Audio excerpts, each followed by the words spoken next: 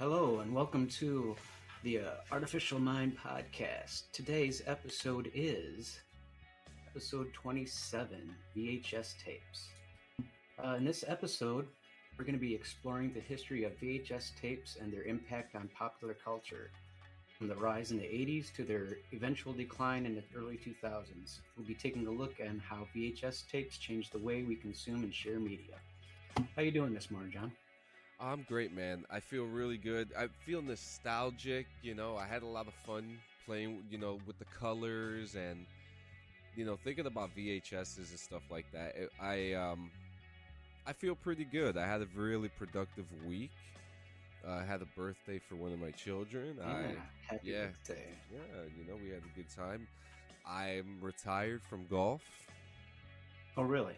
Because I'm not good at it, so I have completely stopped playing golf now, and I'm switching over to go-karting. I think you'd be better at that too. Yeah, we're gonna see what happens. We have the largest indoor go-kart track apparently in the world. That's what it says on the side of the building. I don't know how true it is, but we got one around here too. Actually, that'd be interesting to check them out, huh? Yeah, I mean, it's questionable. So I'm really curious to know how big it actually is. You know what I mean? Like maybe a mile's stretch, possibly. Hey, actual track. Huh? Yeah, we'll see this week, but today How are you feeling? Actually, how are you feeling?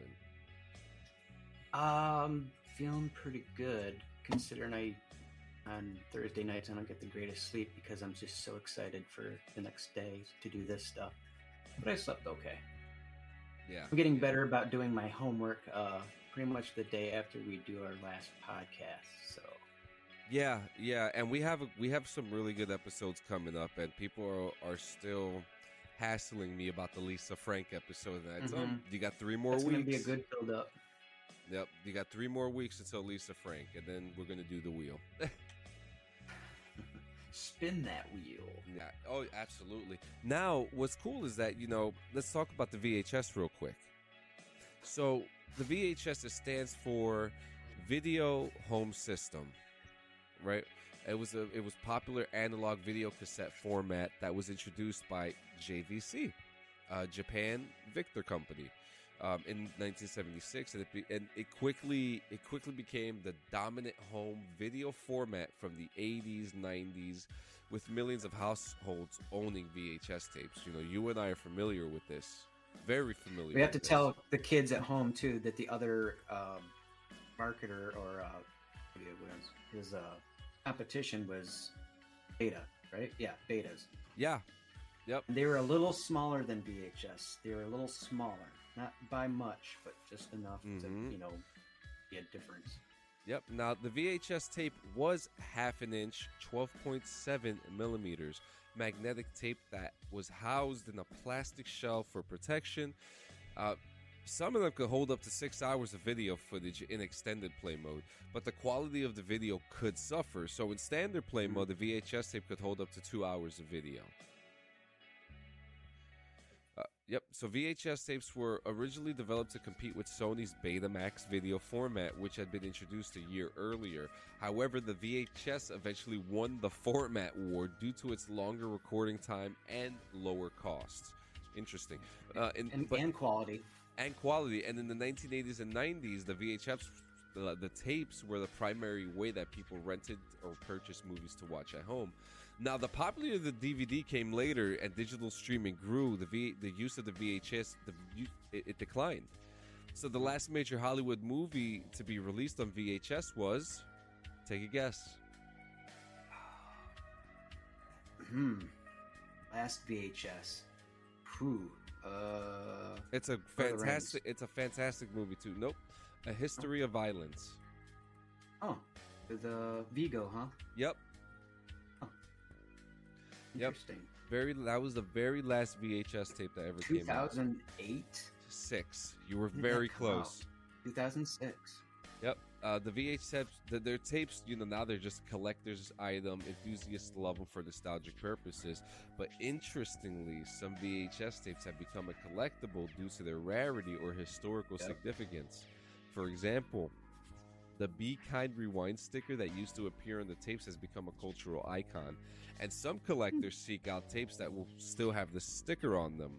Additionally, some rare movies or TV shows were released on VHS, making them highly sought out after by collectors. So like there's some stuff that's not even released on DVD yet that you can't even find, and these collectors are out there looking for it, which is very interesting. And that's why like you see like last couple years you see like the Honeymooners box set DVD collection, or things like old shows like that are coming into DVD.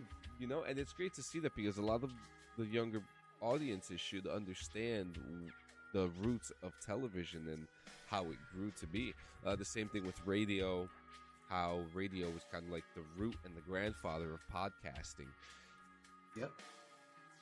Great grandfather. Yeah. So let's get right into it. I mean, I feel ready. I feel pretty good.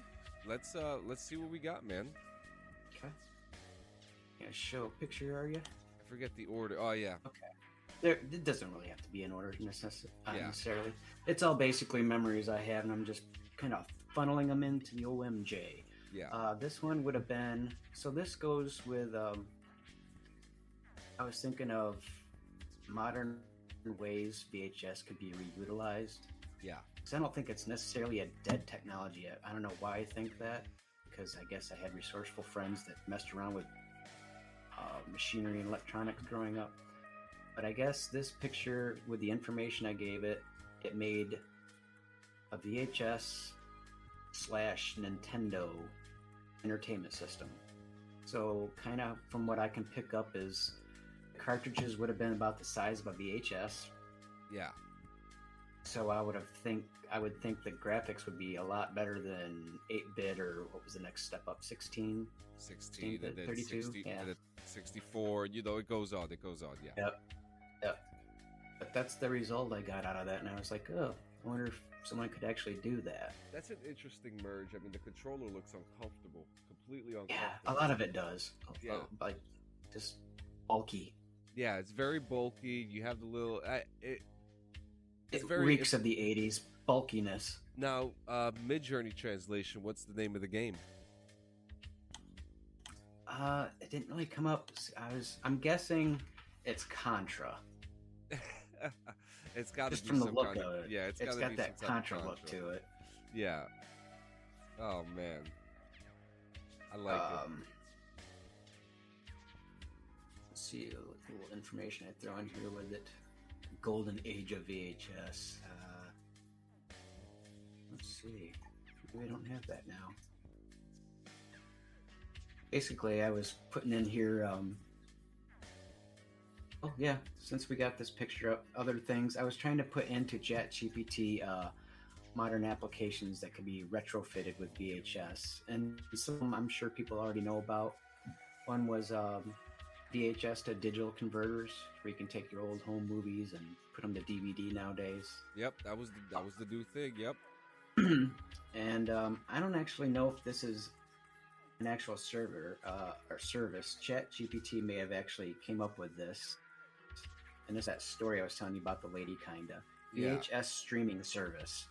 While VHS tapes may be obsolete, their content is not. A streaming service could be created that offers a library of classic VHS titles for people to stream on their smart TVs, computers, or mobile devices. This would allow a new generation to experience the films and shows that were popular on VHS tapes. So I was telling John before the show that there's a lady that's been taping just nonstop for years back in the 80s on her VHS tapes. And Congress, the Library of Congress, actually wants to take her tapes and use them for this kind of very thing, for like, I don't know, necessarily a streaming service, but they want to use the programming to show history from that era, basically, and programming how it was made. Yeah. Some of the other things were a VHS inspired video filter, With the popularity of vintage and retro-inspired filters on social media, it's not hard to imagine VHS-inspired filters becoming a popular trend, and they kind of have that quality on some cameras now, where you can make things retro-looking. Yeah, I don't know about yeah, they have like VHS the necessarily. filters. Yeah, I mean Instagram has it too. You know, it's very Yeah. interesting. VHS-inspired fashion. The colorful, bold designs of VHS tape packaging could inspire fashion designers to create clothing with a retro 80s-inspired look. This could include graphic T-shirts, jackets, and accessories that feature VHS tape designs or patterns. I know DVDs nowadays have that, like the classic VHS look. Like if you go to buy like let's say like a John Carpenter series of movies, like they'll all have like these VHS jackets designs rather than DVD ones now. So I think that's kind of cool looking. Yeah, I like that too, actually. Yeah. One more was a VHS-inspired music. The sound of VHS tapes could be used to create a unique and nostalgic musical experience. Artists could sample the hiss and static of VHS tapes, incorporating it into their music to give it a retro feel. Very nice. I can remember, like back in the day, you'd watch a VHS movie and your VCR would start eating it, so you'd start hearing like speed up or slow down. So that could be utilized. That crazy sound. Probably Yeah. has. Yeah. And so the next one that we have here. So I was trying to get I was really trying to mess around with isometric blueprints and whatnot, and I wasn't getting what I wanted. You know, I wasn't getting. That's kind of where I was at too. Yeah, it was very. I wasn't getting what I wanted, but I kept on getting these really nice designs. But I wanted for this one with me with the retro futurism. I wanted a retro futurism morning synthwave type ordeal, you know. And that I got that. I got that vibe. I got that energy. The colors are beautiful, and then you got the VHS over on the left side. I think we can laugh though, because I think we both had an issue, and we both said that we don't know if Midge knows what a VHS cassette tape is, because when you look through our renders, when we go through our renders today, you're going to see. Excuse me. Just how difficult it was for MJ to figure out what a VCR was. Absolutely. I love the way it came out. Next. Oh, okay. So this will go. This is a little nostalgic story I got from when I was a kid. I get like a movie, like a VHS cover from this. Like you see Michelle Pfeiffer. Oh, like a retro cover. Yeah. But the story behind this was when I was a kid. The very first Batman, the Tim Burton one, 1989, came out. Yeah. It was in the fall and all that. But anyways, back then you rent your movies from a video store, and if it was a new movie, chances are you would reserve it if you wanted to see it the day it came out. And that's what we did. We reserved it, and we got it home, and was getting ready to watch it, and our TV took a crap. So we're all geeked about watching this, and my mom, being the savior she was, we went to a store back then called Fredder. I just dropped that name just for other people to be like, oh, I remember that place. But she went above and beyond for us to watch that movie that day. So I'll always remember that. Nice. So I thought I'd make a little picture just kind of encapsulating that, and I was actually impressed with what it did. Because all I did was type in basically what I told you guys, my little story about our VHS, our TV taking a crap. I'd almost make that a t-shirt if it wasn't copyright. Yeah, we can't do that. We can't. No. It's too accurate. That's the thing. Yes, that's the problem. It's like that's Batman, and that's obviously Michelle Pfeiffer back there. Yeah, that looks like Bob Kane painted it, so I'm not gonna touch that. Did he do painting or did he just do storyline? He did. No, he painting. just did this. I don't remember. I think Bob Kane. He was a story. Again, I mean, you're gonna see a lot of these isometric themes because I really wanted to get like a blueprint of a VHS. The guts. Yeah, I really wanted to get the guts, and I wasn't getting it, but I just love how this came out. I can't even be mad at this at all. It's very colorful. It's very questionable, if you will. You know, it reminds me of a couple things. You know, because it kind of looks like open up, but it's like a different type of cassette tape. You know what I mean? Because like you see the prongs. You see the two spaces in the bottom, where the actual tape could be. I mean, this could probably be a good idea for a future VHS design if they want to bring them back. Just like cassette tapes, like musical cassette tapes are coming back right now. Oh, converter. I just thought of a converter. So a lot of the camcorders that are still out nowadays have a much smaller tape in them now. But what if you could take that tape and put it into a larger VHS tape, like a converter, like a Game Genie kind of thing? You know what I'm talking about? Mm-hmm. I know exactly what you're talking about. Yeah. That's actually clever. Actually, a VHS Genie. Talk to me about this one. I think I was trying to do like a retro, late 70s, early 80s advertising for VHS. And this is what came out. And it's kind of like, I would almost say it's like the perfect entertainment really center of the 80s, early 80s. Like this is what everybody wanted. They needed this. Everything was big. Everything was big. Like everything was like tall and bulky and black and like very bulky. The one thing I love that it really shows here, like the screen, like you see like the one in that one console in the center, it has the buttons and like it has that big digital screen on it. Like that, you saw that in every home theater in the 90s. Like. You know, and then obviously, you know, things got smaller now. Everything is soundbar now, you know. But yeah, you had to have a receiver. You had to have two big speakers. Yeah, all that stuff. Yeah, I really like how this came out. It's a really nice ad. It kind of reminds me of oh man, what was the commercials with the guy sitting down on the chair and RCA. the wind? RCA, like the RCA, like I get like a RCA vibe here. That's too. What I was kind of thinking too. Yeah. You know that this is really cool. Definitely like this is RCA products, all of them. Collect them all. This would be like a receiver cool, here. You know what? This looks like a news. It has like a mixture of like a newspaper advertisement and a ransom letter. We want this, and this. Yeah, and I mean, it could be an ad for Radio Shack if you ask me. Mm-hmm. And just like Radio Shack, it's gone. It's just like Radio Shack, we're moving into Blockbuster.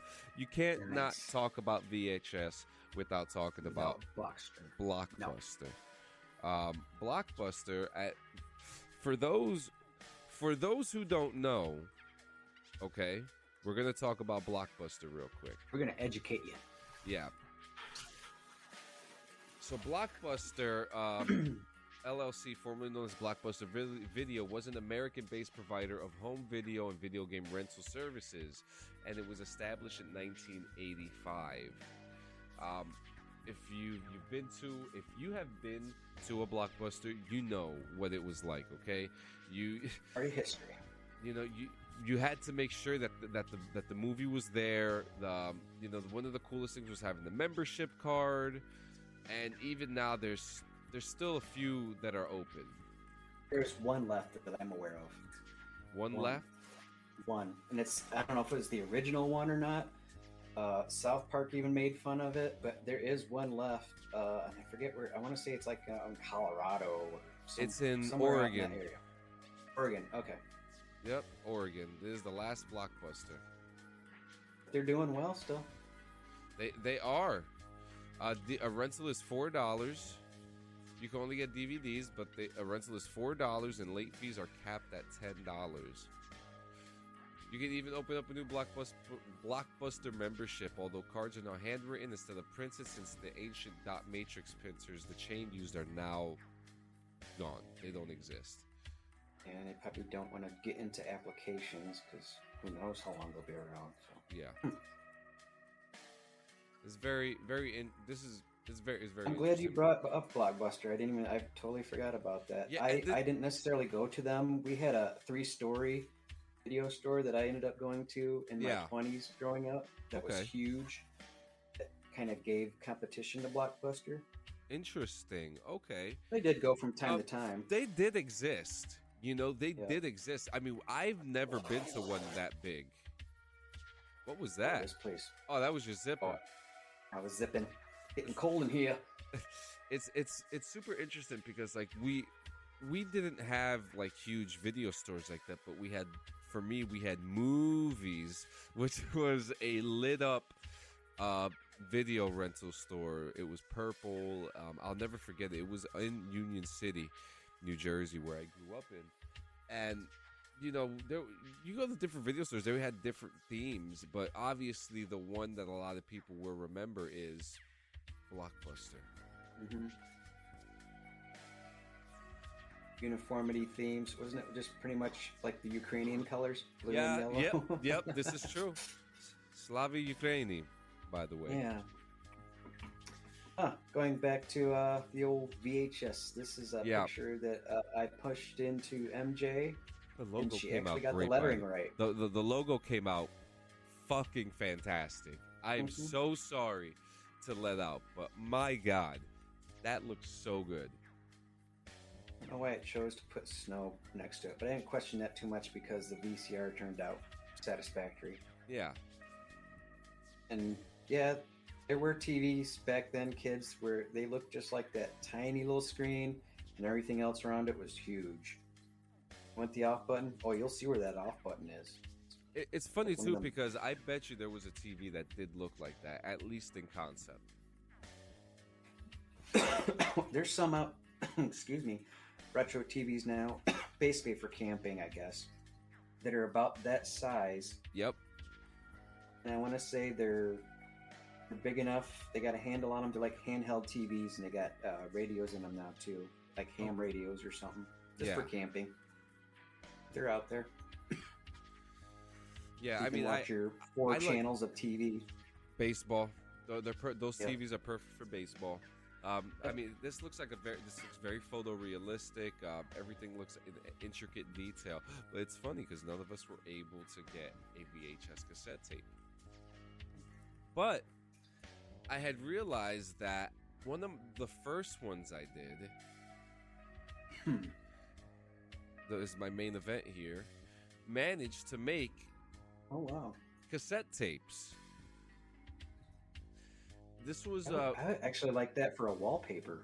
Yeah, I mean, look, not for nothing, I would actually, if I could get enough cassette tapes, I would glue them on the wall like that. That's pretty cool. I love the way it looks. I mean, this looks so cool. I mean, wouldn't you want a room like this where the VHS are just on the wall like that? I've thought about starting my own record shop. I don't know if I've told you this or not, but that would be perfect for like a wallpaper. You should let me do it. Oh, dude, I'll let you do it if I actually do start a store for shizzle. Yeah, like this. I mean, I love how this came out because for me, this would be a man cave for me. That's perfect lighting for one. Yeah, you got the little screen there. It's got a floor pad for your feet. The chair looks great, and you just get a nice vibe in there. You go in there, lighting. You smoke a little something, whatever your choice of smoking is, whatever that may be. And this is just the vibe right here. This is just the vibe. That is the chill out room. Now, and only your chill out room. Yeah. So next week we are doing. What is our podcast? We are doing photorealistic faces. We're going to be a few original and one person of notoriety, whoever that may be. Notoriety or infamy. And then you know what we have after that, right? So that would be 28, and then 29. Yep. You know what 29 is? 29 was, well, I know what 30 is. Yeah. So I cannot remember what 29 was. Books and literature. That's right. So do you want to know which books I'm choosing? Sure. I'm choosing. So I won't do them. I'm choosing The Handmaid's Tale. Okay. I'm choosing The Hunger Games. Friedrich. Number 4 will be. Oh God, what was number 4? The Giver. Giver. I think I'm writing these down so I don't steal. Yeah. I think I'm just gonna do the 4. Yeah.